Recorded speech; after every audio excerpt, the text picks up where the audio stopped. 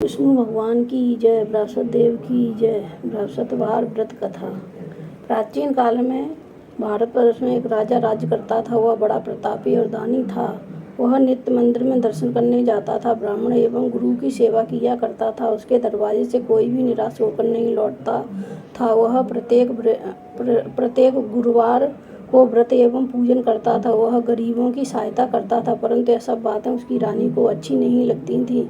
ना वह व्रत करती और ना किसी को एक पैसा दान में देती तथा राजा को भी ऐसा करने को मना किया करती थी। एक समय की बात है, राजा शिकार खेलने वन को गए हुए थे। घर पर रानी और रानी की दासी थी। उस समय गुरु बृहस्पति देव एक साधु का रूप धारण कर राजा के दरवाजे पर भिक्षा मांगने गए तथा भिक्षा मांगी तो रानी कहने लगी, हे साधु महाराज, मैं इस दान पुण्य से तंग आ गई हूँ। मेरे से तो घर का कार्य ही समाप्त नहीं होता। इस कार्य के लिए तो मेरे पतिदेव ही बहुत हैं। आप ऐसी कृपा करें कि यह सब धन नष्ट हो जावे तथा मैं आराम से रह सकूं। साधु बोले, हे देवी, तुम बड़ी विचित्र हो। संतान और धन से कोई दुखी नहीं होता, इसको सभी चाहते हैं। पापी भी पुत्र और धन की इच्छा करता है। अगर आपके पास अधिक धन है तो भूखे मनुष्यों को भोजन कराओ, प्याऊ लगवाओ, ब्राह्मणों को दान दो, कुआं तालाब बावड़ी बाग बगीचा आदि के निर्माण करवाओ, निर्धन की मनुष्यों की कुंवारी कन्या को विवाह करवाओ, अनेक यज्ञादि धर्म करो। इस प्रकार के कर्मों से आपके कुल का नाम में सार्थक हो जाएगा एवं स्वर्ग की प्राप्ति होगी। मगर वह रानी इन बातों से खुश न हुई। वह बोली, हे साधु महाराज, मुझे ऐसे धन की भी आवश्यकता नहीं है जिसको और ही मनुष्यों को दान दूं, जिसको रखने उठाने में मेरा सारा समय बर्बाद हो जाए। साधु ने कहा, हे देवी, तुम्हारी ऐसी इच्छा है तो ऐसा ही होगा। मैं तुम्हें बताता हूँ, वैसा ही करना। बृहस्पतिवार को घर को गोबर से लीपना, अपने केशों को धोना, केशों को धोते हुए स्नान करना, राजा से कहना वह हजामत बनवाए, भोजन में मांस मंद्रा खाना, कपड़े धोबी के यहाँ धुलने डालना। इस प्रकार 7 बृहस्पतिवार करने से तुम्हारा सब धन नष्ट हो जाएगा। ऐसा कहकर साधु महाराज वहाँ से अंतर्ध्यान हो गए। रानी ने साधु के कहे अनुसार वैसा ही किया। 3 बृहस्पतिवार बीत पाए थे कि उसका समाप्त धन नष्ट हो गया और भोजन के लिए दोनों समय तरसने लगे, संसारिक भोगों से दुखी रहने लगे। तब वह राजा रानी से कहने लगा, हे रानी, तुम यहाँ पर रहो, मैं दूसरे देश जाता हूँ, क्योंकि यहाँ पर मुझे सभी मनुष्य जानते हैं, इसलिए कोई कार्य नहीं कर सकता। देश चोरी पर देश भीख बराबर है। ऐसा कहकर राजा परदेश चला गया। वहाँ जंगल जाता और लकड़ी काट कर लाता और शहर में बेचता। इस तरह जीवन व्यतीत करने लगा। इधर राजा के घर रानी और दासी दुखी रहने लगी। किसी दिन भोजन मिल जाता, किसी दिन जल पी कर ही रह जाती। एक समय रानी और दासी को 7 रोज बिना भोजन के व्यतीत हो गए तो रानी ने अपनी दासी से कहा, हे दासी, तू यहाँ पास ही नगर में मेरी बहन रहती है, वह बड़ी धनवान है, तू उसके पास जा, वहाँ से 5 सेर बेजर मांग के ला, कुछ समय के लिए गुजर हो जाएगी। रानी की आज्ञा अनुसार दासी उसकी बहन के पास गई और रानी की बहन के पास पहुंची। रानी की बहन उस समय पूजन कर रही थी, क्योंकि उस रोज बृहस्पतिवार था। जब दासी ने रानी की बहन को देखा और उससे बोली, हे रानी, मुझे तुम्हारी बहन ने भेजा है, मेरे लिए 5 सेर बेजर दे दो।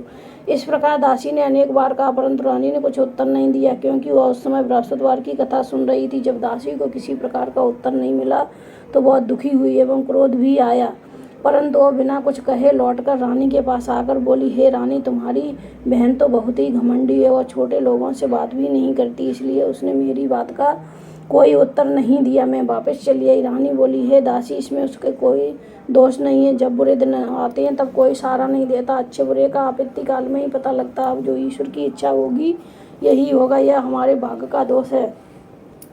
इधर उस रानी ने देखा मेरी बहन की दासी आई थी, परंतु मैं उससे नहीं बोली। ये सोच कथा और विष्णु भगवान का पूजन समाप्त कर और रानी घर जल्दी हो जाकर अपनी बहन से कहने लगी, हे बहन, मैं बृहस्पतिवार का व्रत कर रही थी, तुम्हारी दासी गई, परंतु जब तक कथा होती है तब तक ना उठते हैं ना बोलते, इसलिए मैं नहीं बोली। कहो दासी क्यों गई? रानी बोली, बहन, हमारे अनाज नहीं था, वैसे तुमसे कोई बात छुपी नहीं है, इस कारण मैंने दासी को तुम्हारे पास 5 सेर बेजर लेने के लिए भेजा था। रानी बोली, बहन, बृहस्पति भगवान मनोकामना पूर्ण करते हैं, देखो शायद तुम्हारे घर में अनाज रखा हो। इस प्रकार के वचन जब रानी ने सुने तो घर के अंदर गई। वहाँ उसे एक घड़ा बेजर का भरा मिल गया। अब तो रानी और दासी को बहुत खुशी हुई। दासी कहने लगी, हे रानी, वैसे हमको जब भोजन नहीं मिलता तो हम रोज ही व्रत करते हैं, अगर इनसे व्रत की विधि और कथा पूछ ली जाए तो इसे हम भी किया करें। तब उस रानी ने अपनी बहन से पूछा, हे बहन, बृहस्पतिवार के व्रत की कथा कैसे तथा यह व्रत कैसे करना चाहिए। रानी की बहन ने कहा, बृहस्पतिवार के व्रत में चने की दाल मुनक्का से विष्णु भगवान का केले की जड़ में पूजन करे तथा दीपक जलावे, पीले भोजन करे, कहानी सुने। इससे बृहस्पति भगवान प्रसन्न होते हैं, अन्न पुत्र धन देते हैं। इस प्रकार रानी और दासी दोनों ने निश्चय किया कि 7 रोज बाद जब बृहस्पतिवार आया तो उन्होंने व्रत रखा। घुड़सवार में जाकर चना गुड़ बीन लाई तथा उसकी दाल से केले की जड़ में विष्णु भगवान का पूजन किया। अब पीला भोजन कहाँ से आए, बेचारी बड़ी दुखी हुई, परंतु उन्होंने व्रत किया था, इस कारण गुरु भगवान प्रसन्न थे। 2 थालों में सुंदर पीला भोजन लेकर आए और दासी को देखकर बोले, हे दासी, यह भोजन तुम्हारे और रानी के लिए, तुम दोनों खा लेना। दासी भोजन पाकर बड़ी प्रसन्न हुई और रानी से बोली, चलो रानी जी भोजन कर लो। रानी को इस विषय में कुछ पता नहीं था, इसलिए वो दासी से बोली, तू ही भोजन कर, क्योंकि तू हमारे व्रत में हंसी उड़ाती है। दासी ने कहा, एक महात्मा हम दोनों को 2 थालों में भोजन दे गया, इसलिए हम और तुम दोनों साथ साथ भोजन करेंगी। इस प्रकार रानी और दासी दोनों ने गुरु भगवान को नमस्कार कर भोजन प्रारंभ किया तथा अब वो प्रत्येक बृहस्पतिवार को गुरु भगवान का व्रत और विष्णु भगवान का पूजन करने लगी। बृहस्पति भगवान की कृपा से फिर रानी और दासी के पास धन हो गया। रानी फिर उसी प्रकार आलस करने लगी। तब दासी बोली, रानी, तुम पहले इस प्रकार आलस करती थी, तुम्हें धन के रखने में कष्ट होता था, इस कारण सभी धन नष्ट हो गया। अब गुरु भगवान की कृपा से धन मिला है, फिर तुम्हें आलस होता है। बड़ी मुसीबतों के बाद हमने यह धन पाया है, इसलिए हमें दान पुण्य करना चाहिए तथा भूखे मनुष्यों को भोजन करवाओ, प्याऊ लगवाओ, ब्राह्मणों को दान दो, कुआं तालाब बाग बगीचा आदि का निर्माण करवाओ, निर्धन के मनुष्यों की कुंवारी कन्या का विवाह करवाओ, धन को शुभ कर्मों में खर्च करो, जिससे तुम्हारे कुल का यश बढ़े तथा सुरक्षा की प्राप्ति हो। तब रानी ने इसी प्रकार कार्यक्रम करने प्रारंभ किए तो उनका यश फैलने लगा। एक दिन रानी और दासी विचार करने लगी, न जाने राजा किस प्रकार से होंगे, उनकी कोई खबर नहीं। उन्होंने गुरु भगवान से प्रार्थना की। भगवान ने रात्रि में राजा को सपने में कहा, हे राजा, उठ, तेरी रानी तुझको याद करती है, अपने देश को चलो। राजा प्रातःकाल उठा और विचार करने लगा, स्त्री जात खात पहनने की संगीन होती है, पर भगवान की आज्ञा मानकर वो अपने नगर के लिए चलने को तैयार हुआ। इससे पूर्वक जब राजा परदेश चला गया तो परदेश में दुखी रहने लगा। प्रतिदिन जंगल से लकड़ी बीन कर लाता, उन्हें शहर में बेचकर अपने दुखी जीवन को बड़ी कठिनाई से व्यतीत करता था। एक दिन राजा दुखी हुआ, अपनी पुरानी बातों को याद करके रोने लगा। तब उस जंगल में बृहस्पति देव एक साधु का रूप धारण कर आए और राजा के पास आकर बोले, हे लकड़हारे, तुम इस सुनसान जंगल में किस चिंता में बैठे हो, मुझको बतलाओ। यह सुन राजा के नेत्रों में जल भर आया। साधु को वंदना कर बोला, हे प्रभु, आप सब कुछ जानने वाले। इतना कहकर साधु को अपनी संपूर्ण कहानी बतला दी। महात्मा दयालु होते हैं। उन्होंने कहा, हे राजन, तुम्हारी स्त्री ने बृहस्पति देव का अपमान किया था, इस कारण तुम्हारी यह दशा हुई है। अब तुम किसी प्रकार की चिंता मत करो, भगवान तुम्हें पहले से अधिक धनवान करेगा। देखो, तुम्हारी स्त्री ने भी गुरुवार का व्रत प्रारंभ कर दिया है और तुम मेरा कहा मानकर बृहस्पतिवार को व्रत करके चना की दाल गुड़ जल के लोटे में डालकर केले का पूजन करो। फिर कथा कहो और सुनो, भगवान तुम्हारी सभी मनोकामनाओं को पूर्ण करेगा। साधु को प्रसन्न देखकर राजा बोला, हे प्रभु, मुझे लकड़ी बेचकर इतना पैसा नहीं मिलता जिससे भोजन करने के उपरांत कुछ बचा सकूं। मैंने रात्रि में अपनी रानी को व्याकुल देखा है, मेरे पास कुछ भी नहीं जिससे मैं उसकी खबर तो मंगा सकूं। फिर मैं कौन सी कहानी कहूं, मुझको कुछ भी मालूम नहीं है। साधु ने कहा, हे राजन, तुम किसी प्रकार की चिंता मत करो, बृहस्पतिवार के दिन तुम रोजाना की तरह लकड़ियां लेकर शहर को जाओ। तुमको रोज से दुगना धन प्राप्त होगा, जिससे तुम भली भांति भोजन भी कर लोगे तथा बृहस्पति देव की पूजा का सामान भी आ जाएगा। और बृहस्पतिवार की कहानी निम्न प्रकार से है। बृहस्पति देव की कहानी। प्राचीन काल में एक ब्राह्मण रहता था, वह निर्धन था, उसके कोई संतान नहीं थी। उसकी स्त्री बहुत मलिनता के साथ रहती थी। प्रातःकाल मलिनता के साथ रहती थी। वह ना स्नान करती, ना किसी देवता का पूजन करती। प्रातःकाल उठते ही प्रथम स्नान करती, बाद में कोई अन्य काम करती थी। इससे ब्राह्मण देवता बड़े दुखी थे। बेचारे बहुत कुछ करते किंतु उसका कोई परिणाम नहीं निकलता। भगवान की कृपा से ब्राह्मण की स्त्री के एक कन्या रूपी रत्न पैदा हुआ। वह कन्या अपने पिता के घर बड़ी होने लगी। वह बालिका प्रातः स्नान करके विष्णु भगवान का जप करती थी तथा बृहस्पतिवार को व्रत भी करती। अपने पूजन पाठ को समाप्त कर स्कूल जाती तो अपनी मुट्ठी में जौ भर ले जाती, पाठशाला के मार्ग में डालती जाती। तब ये जो सोने के हो जाते, लौटते समय इनको बीन कर घर ले आती थी। एक दिन वह बालिका सूप में सोने के जौं को फटककर साफ कर रही थी। उसके पिता ने देख लिया और कहा, हे बेटी, सोने के जौं को फटकने के लिए सोने का सूप होना चाहिए। दूसरे दिन गुरुवार था। इस कन्या ने व्रत रखा। बृहस्पतिदेव से प्रार्थना करके कहा, हे प्रभु, मैंने आपकी पूजा सच्चे मन से की हो तो मेरे लिए सोने का सूप दे दो। बृहस्पतिदेव ने उसकी प्रार्थना स्वीकार कर ली। रोजाना की तरह वह कन्या जौ फैलाती हुई जाने लगी। जब लौट कर जौ बीन रही थी तो बृहस्पतिदेव की कृपा से उसे सोने का सूप मिला। उसे वह घर ले आई और उससे जौ साफ करने लगी, परंतु उसकी माँ का वही ढंग रहा। एक दिन की बात है, कन्या सोने के सूप में सोने के जौ को फटक कर साफ कर रही थी। उस समय उसके पिता ने देख लिया और कहा, हे बेटी, सोने के जौ को फटकने के लिए सोने का सूप। उस समय उस शहर का राजपुत्र वहाँ एक दिन वह कन्या सोने के सूप में जौ को साफ कर रही थी। उस समय उस शहर का राजपुत्र वहाँ होकर निकला। इस कन्या के रूप और कायर को देखकर मोहित हो गया तथा अपने घर आकर भोजन जल त्याग कर उदास होकर लेट गया। जब राजा को इस बात का पता लगा तो अपने मंत्रियों के साथ उसके पास गए और बोले, हे बेटा, तुम्हें किस बात का कष्ट है? किसी ने अपमान किया है अथवा कोई कारण हो सो कहो, मैं वही कार्य करूँगा जिससे तुम्हें प्रसन्नता हो। अपने पिता की राजकुमार ने बातें सुनी तो वह बोला, मुझे आपकी कृपा से किसी बात का दुख नहीं है, ना मेरा किसी ने अपमान किया है, परंतु मैं उस लड़की के साथ विवाह करना चाहता हूँ जो सोने के सूप में सोने के जौं को फटक कर साफ कर रही थी। यह सुन राजा आश्चर्य में पड़ गया और बोला, हे बेटा, इस तरह की कन्या का पता तुम ही लगा, मैं तेरा विवाह उसके साथ अवश्य करवा दूंगा। राजकुमार ने उस लड़की के घर का पता बतलाया। तब मंत्री उस लड़की के घर गए और ब्राह्मण देवता को सभी हाल बतलाया।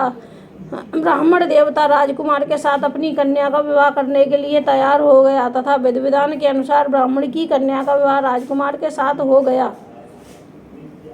कन्या के घर के जाते ही पहले की भांति उस ब्राह्मण के घर में गरीबी का निवास हो गया। भोजन के लिए अन्न बड़ी मुश्किल से मिलता था। एक दिन दुखी होकर ब्राह्मण देवता अपनी पुत्री के पास गए। बेटी ने अपने पिता की दुखी अवस्था देखी तो अपनी माँ का हाल पूछा। तब ब्राह्मण ने सभी हाल कहा। कन्या ने बहुत सा धन देकर अपने पिता की विदा कर दिया। इस तरह ब्राह्मण का कुछ समय सुखपूर्वक व्यतीत हुआ। कुछ दिन बाद फिर वही हाल हो गया। ब्राह्मण फिर अपनी कन्या के यहाँ गए और सभी हाल कहा। लड़की बोली, हे पिताजी, आप माताजी को लिवा लाओ, मैं उन्हें बता दूंगी जिससे तुम्हारी गरीबी दूर हो जाएगी। वह ब्राह्मण देवता अपनी स्त्री को साथ लेकर पहुँचे तो पुत्री अपनी माँ को समझाने लगी, हे माँ, तुम प्रातःकाल उठकर सर्वप्रथम स्नान करके विष्णु भगवान का पूजन किया करो, सब दरिद्रता दूर हो जाएगी। परंतु उसकी माँ ने एक भी बात नहीं मानी और प्रातःकाल उठकर अपनी पुत्री और बच्चों की जूठन को उठाकर खा लिया। यह देखकर उसकी पुत्री को भी बहुत गुस्सा आया और एक रात कोठरी से सभी सामान निकालकर उसमें अपनी माँ को बंद कर दिया। प्रातःकाल उसमें से निकाला तथा स्नान करा के पाठ कराया तो उसकी माँ की बुद्धि ठीक हो गई और फिर वह प्रत्येक बृहस्पतिवार को व्रत रखने लगी। इस व्रत के प्रभाव से उसकी माँ भी बहुत ही धनवान तथा पुत्रवती हो गई। वह बृहस्पति जी के प्रभाव से सुरग को प्राप्त हुई तथा ब्राह्मण भी सुखपूर्वक इस लोक के सुखभोग का सुरग को प्राप्त हुए। इस तरह कहानी कहकर साधु देवता वहाँ से अलोप हो गए। धीरे धीरे समय व्यतीत होने पर फिर बृहस्पतिवार का दिन आया। राजा जंगल से लकड़ी काटकर शहर में बेचने गया। उसे उस दिन से रोज से ज़्यादा पैसा मिला। राजा ने चना उड़लाकर बृहस्पतिवार का व्रत किया। उस दिन से उसके सभी कलेश दूर होने लगे। परंतु जब दोबारा गुरुवार का दिन आया तो बृहस्पतिवार का व्रत करना भूल गया। इस कारण बृहस्पति भगवान नाराज हो गए। नगर के राजा ने विशाल यज्ञ का आयोजन किया तथा शहर में एक घोषणा करवा दी गई, कोई भी मनुष्य अपने यहाँ भोजन न बनावे, आग न जलावे, समाप्त जनता मेरे यहाँ भोजन करने आए। जो इस आज्ञा को नहीं मानेगा उसके लिए फांसी की सजा दी जाएगी। इस तरह की घोषणा संपूर्ण नगर में करवा दी गई। राजा की आज्ञा अनुसार शहर के सभी लोग भोजन करने आए, लेकिन लकड़हारा कुछ देर से पहुंचा, इसलिए राजा उसको अपने साथ ले जाकर भोजन करा रहे थे। रानी की दृष्टि उसी कुटी पर पड़ी जिस पर उसका हार लटका हुआ था। वहाँ पर हार दिखाई नहीं दिया। रानी ने सोचा, मेरा हार इसी मनुष्य ने चुरा लिया है। उसी समय पुलिस को बुलवाकर राजा जेल खाने में डलवा दिया। जब राजा जेल खाने में पड़ गया और बहुत दुखी होकर विचार करने लगा, न जाने कौन से पूर्व जन्म के कर्म से मेरे लिए दुख प्राप्त हुआ है वह उसी साधु की याद करने लगा जो जंगल में मिला था। उसी समय तत्काल बृहस्पतिदेव साधु के रूप में प्रकट हो गए और उसकी दशा को देखकर कहने लगे, अरे मूर्ख, तूने बृहस्पति देवता की कथा नहीं कही, इसी कारण तेरे को दुख प्राप्त हुआ है। अब चिंता मत कर, बृहस्पतिवार के दिन जेलखाने के दरवाजे पर रुपए पड़े मिलेंगे, उनसे तू बृहस्पति देव का पूजन करना, तेरे सभी कष्ट दूर हो जाएंगे। बृहस्पतिवार के रोज उसे रुपए पड़े मिले। राजा ने कथा कही। उसी रात्रि को बृहस्पति देव ने उस नगर के राजा को स्वप्न में कहा, हे राजा, तुमने जिस आदमी को जेल खाने में बंद कर दिया है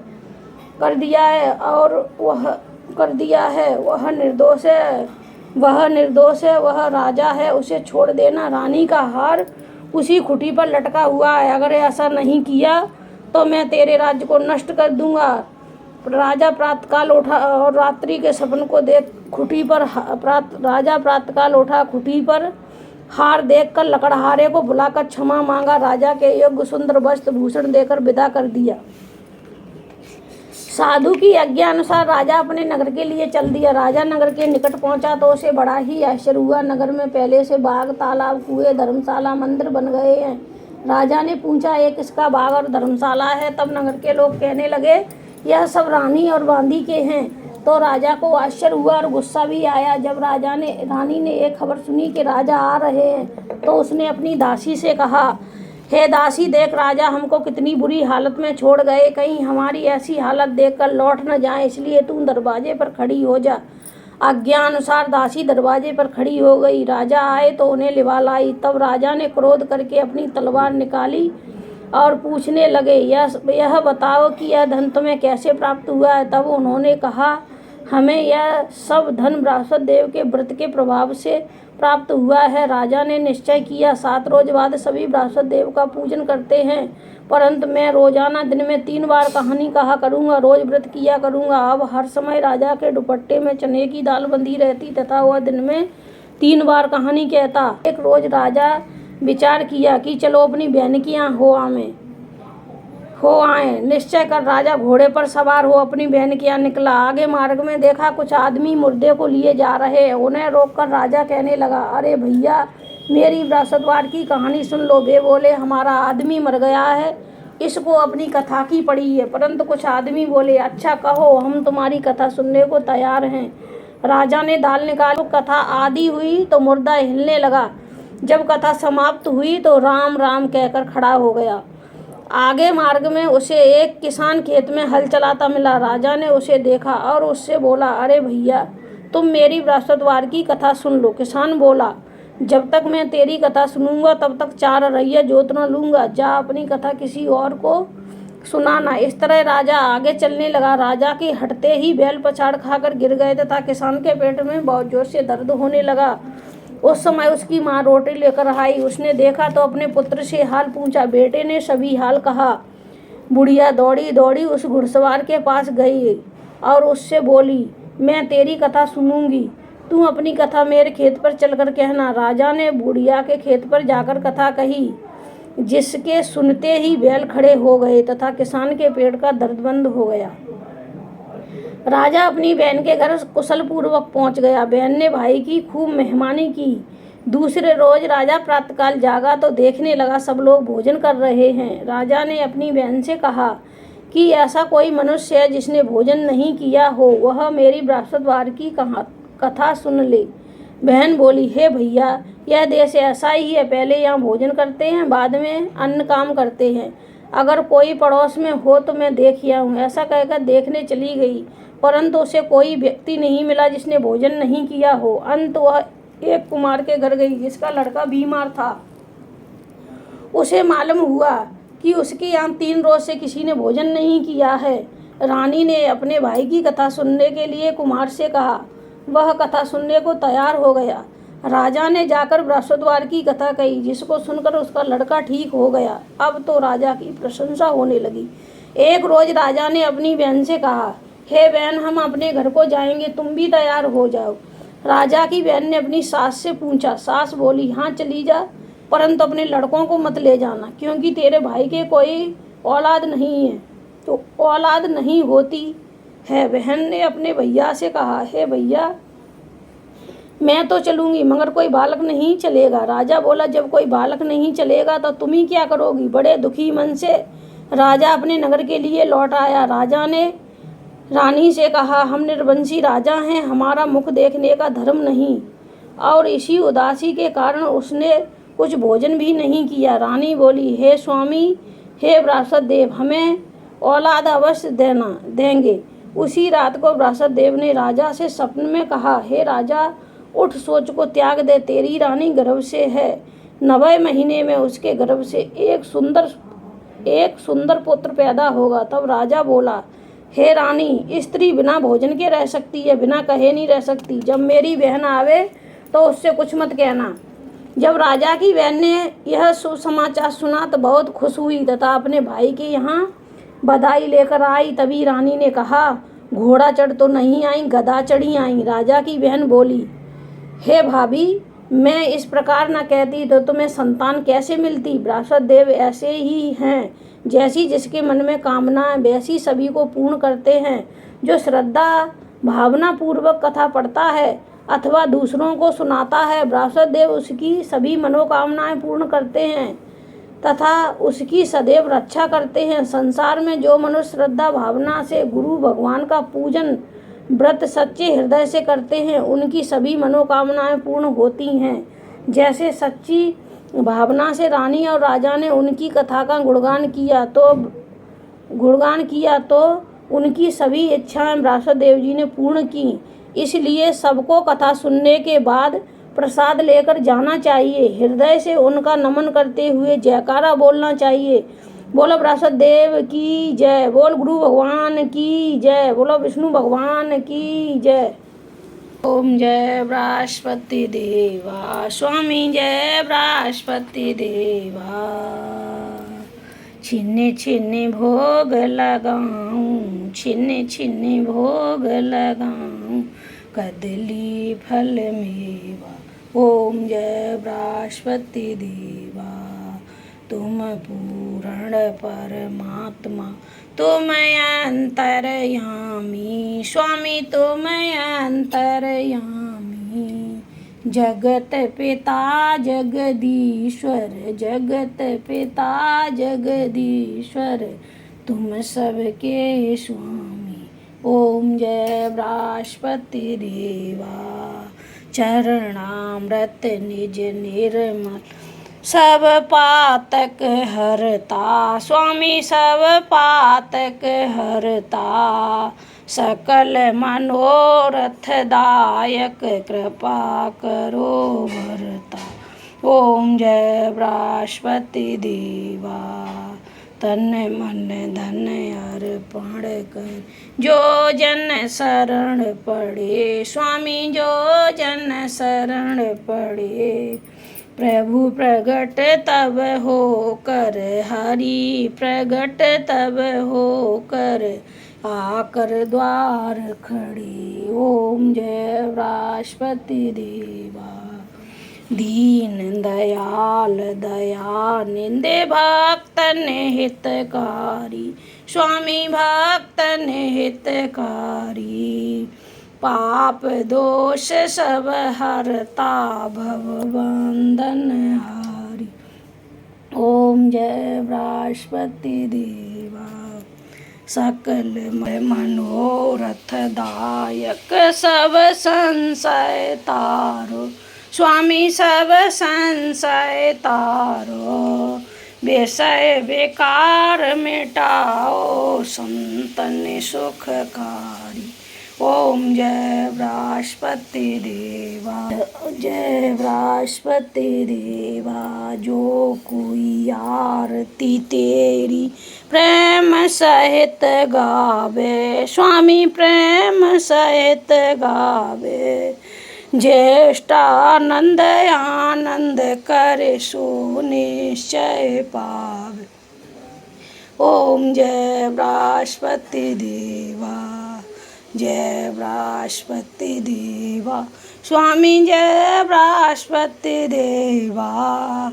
छिन छिन भोग लगाऊं, कदली फल मेवा। ओम जय बृहस्पति देवा, बोलो बृहस्पति देव की जय। बोल विष्णु भगवान की जय।